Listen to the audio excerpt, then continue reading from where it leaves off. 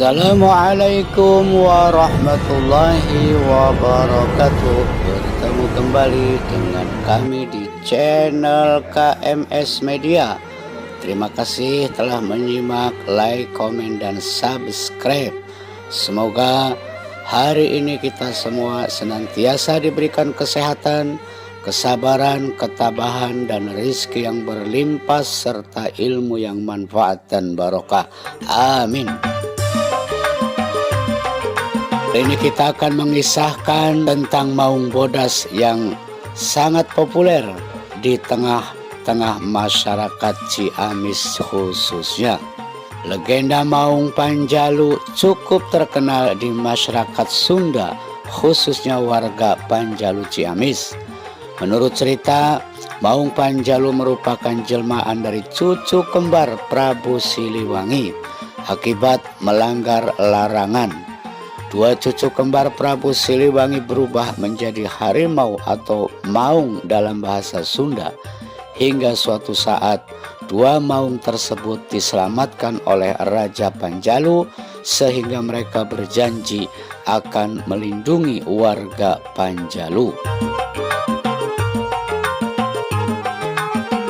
Berikut perjalanan dan kisah Maung Panjalu sehingga memiliki ikatan dengan warga Panjalu.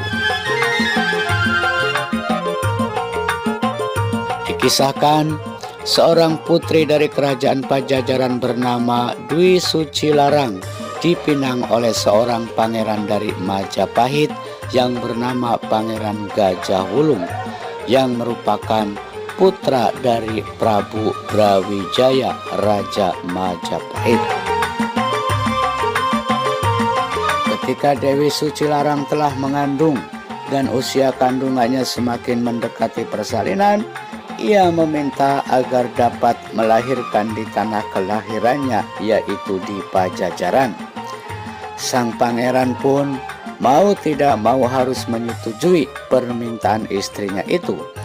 Maka diantarkanlah rombongan putri kerajaan Pajajaran itu ke kampung halamannya disertai pengawalan tentara kerajaan yang gagah berani dan mantap lah pokoknya. Suatu ketika iring-iringan tiba di kawasan hutan belantara Panumbangan yang masuk ke dalam wilayah kerajaan Panjalu dan berhenti untuk beristirahat mendirikan tenda-tenda. Di tengah gelapnya malam, tanpa diduga sang putri pun melahirkan dua orang putra putri kembar. Yang lelaki kemudian diberi nama Bongbang Larang, sedangkan yang perempuan diberi nama Bongbang Kancana. Hari-hari kedua bayi itu disimpan dalam sebuah pendil, yakni wadah yang terbuat dari tanah liat dan diletakkan di atas sebuah batu besar. Kedua anak kembar itu kemudian tumbuh menuju remaja di lingkungan keraton Pakuan Pajajaran. Satu hal yang menjadi keinginan mereka adalah mengenal dan menemui sang ayah di Majapahit. Begitu kuatnya keinginan itu sehingga Bongbang Larang dan Bongbang Kancana sepakat untuk minggat pergi secara diam-diam menemui ayah mereka di Majapahit. Setelah menempuh perjalanan yang cukup jauh, mereka tiba dan beristirahat di belantara kaki Gunung Sawal. Bongbang Larang dan Bongbang Kencana yang kehausan mencari sumber air di sekitar tempat itu dan menemukan sebuah pendil berisi air di atas sebuah batu besar yang sebenarnya pendil tersebut adalah bekas wadah ari-ari mereka sendiri. Bongbang Larang yang tak sabar langsung menenggak isi pendil itu dengan lahap sehingga kepalanya masuk dan tersangkut di dalam pendil seukuran kepalanya itu. Sang adik yang kebingungan kemudian menuntun Bong Banglarang mencari seseorang yang bisa melepaskan pendil itu dari kepala kakaknya. Berjalan terus ke arah timur, akhirnya mereka bertemu seorang kakek bernama Aki Ganjar. Sayang sekali kakek itu tidak bisa menolong Bong Banglarang. Ia kemudian menyarankan agar kedua remaja ini menemui Aki Garahang di pondoknya yang berada di arah utara. Aki Garahang yang ternyata adalah seorang pendeta bergelar Pendeta Gunawisesa Wiku Trenggana itu lalu memecahkan pendil dengan sebuah kujang sehingga terbelah menjadi dua.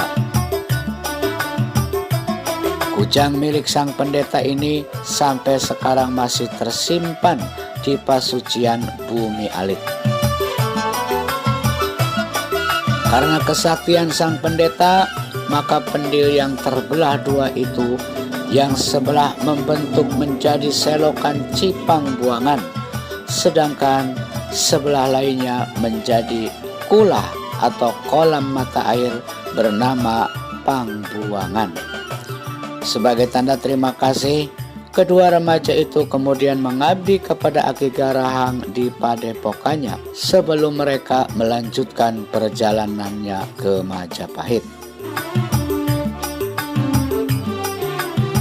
Suatu ketika sang pendeta bepergian untuk suatu keperluan dan menitipkan padepokannya kepada Bong Banglarang dan Bong Bangkancana, serta berpesan agar tidak mendekati kulah yang berada tidak jauh dari padepokan tersebut. Kedua remaja yang penuh rasa ingin tahu itu tak bisa menahan diri untuk mendatangi kulah terlarang yang ternyata berair jernih penuh dengan ikan berwarna-warni. Bong Banglarang segera saja menceburkan diri ke dalam kulah tersebut, sementara sang adik hanya membasuh kedua tangan dan wajahnya sambil merendamkan kedua kakinya. Betapa terkejutnya sang adik ketika Bong Banglarang naik ke darat, ternyata wajah dan seluruh tubuhnya telah ditumbuhi bulu seperti seekor harimau loreng. Tak kalah kagetnya ketika Bong Bangkancana bercermin ke permukaan air dan ternyata wajahnya pun telah berubah seperti harimau sehingga tak sadar menceburkan diri ke dalam kulah. Keduanya pun kini berubah menjadi dua ekor harimau kembar, jantan dan betina. Hampir saja kedua harimau itu akan dibunuh oleh Aki Garahang karena dikira telah memangsa Bong Banglarang dan Bong Bangkancana. Namun ketika mengetahui kedua harimau itu adalah jelmaan dua putra putri kerajaan Pajajaran yang menjaga padepokannya, sang pendeta tidak bisa berbuat apa-apa. Ia berpendapat bahwa kejadian itu sudah menjadi kehendak yang maha kuasa. Ia berpesan agar kedua harimau itu tidak mengganggu hewan peliharaan orang Panjalu, apalagi kalau mengganggu orang Panjalu maka mereka akan mendapatkan kutukan darinya. Kedua harimau Jejadian itu berjalan tak tentu arah hingga tiba di Cipanjalu. Tempat itu adalah kebun milik Keprabon Panjalu yang ditanami aneka sayuran dan buah-buahan. Di bagian hilirnya terdapat pancuran tempat pemandian keluarga kerajaan Panjalu. Kedua harimau itu tak sengaja terjerat oleh sulur-sulur tanaman paria, oyong, sayuran sejenis terong-terongan, lalu jatuh terjerembab ke dalam gawul atau saluran air tertutup terbuat dari batang pohon nira yang dilubangi, sehingga aliran air ke pemandian itu tersumbat oleh tubuh mereka. Prabu Sang Hyang Cakradewa terheran-heran ketika melihat air pancuran di pemandiannya tidak mengeluarkan air. Ia sangat terkejut manakala diperiksa ternyata pancurannya tersumbat oleh dua ekor harimau. Hampir saja kedua harimau itu dibunuhnya karena khawatir membahayakan masyarakat. Tapi ketika mengetahui bahwa kedua harimau itu adalah jelmaan putra-putri kerajaan Pajajaran, Sang Prabu kemudian menjadi iba dan menyelamatkan mereka dari himpitan saluran air itu. Sebagai tanda terima kasih, kedua harimau itu bersumpah di hadapan Prabu Sang Hyang Cakradewa bahwa mereka tidak akan mengganggu orang Panjalu dan keturunannya. Bahkan bila diperlukan, mereka bersedia datang membantu orang Panjalu yang berada dalam kesulitan, kecuali orang Panjalu yang meminum air dengan cara menenggak langsung dari tempat air minum seperti teko, ceret, dan sebagainya. Orang Panjalu yang menanam atau memakan paria oyong, orang Panjalu yang membuat gaul saluran air tertutup, maka orang-orang itu berhak menjadi mangsa harimau Jejadian tersebut. Selanjutnya kedua harimau kembar itu melanjutkan perjalanan hingga tiba di keraton Majapahit, dan ternyata setibanya di Majapahit, sang ayah telah bertahta sebagai Raja Majapahit.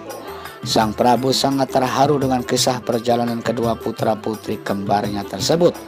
Ia kemudian memerintahkan Bongbang Larang untuk menetap dan menjadi penjaga di keraton Pajajaran, sedangkan Bongbang Kencana diberi tugas untuk menjaga keraton Majapahit. Pada waktu-waktu tertentu, kedua saudara kembar ini diperkenankan untuk saling menjenguk. Maka menurut kepercayaan leluhur Panjalu, kedua harimau itu selalu berkeliaran untuk saling menjenguk pada setiap bulan Mulud. Tapi menurut versi lain, di buku sejarah Panjalu disebutkan jika Maung Panjalu merupakan gelar yang diberikan Raja Brawijaya atas keberanian kedua anaknya melakukan perjalanan tanpa dikawal dari Pajajaran ke Majapahit. Demikian sekilas kisah Maung Bodas Panjalu yang dinukil dari kisah Babad Panjalu. Terima kasih telah menyimak. Mohon maaf atas segala kesalahannya. Wallahul muwaffiq ila aqwamit thoriq. Wassalamualaikum warahmatullahi wabarakatuh.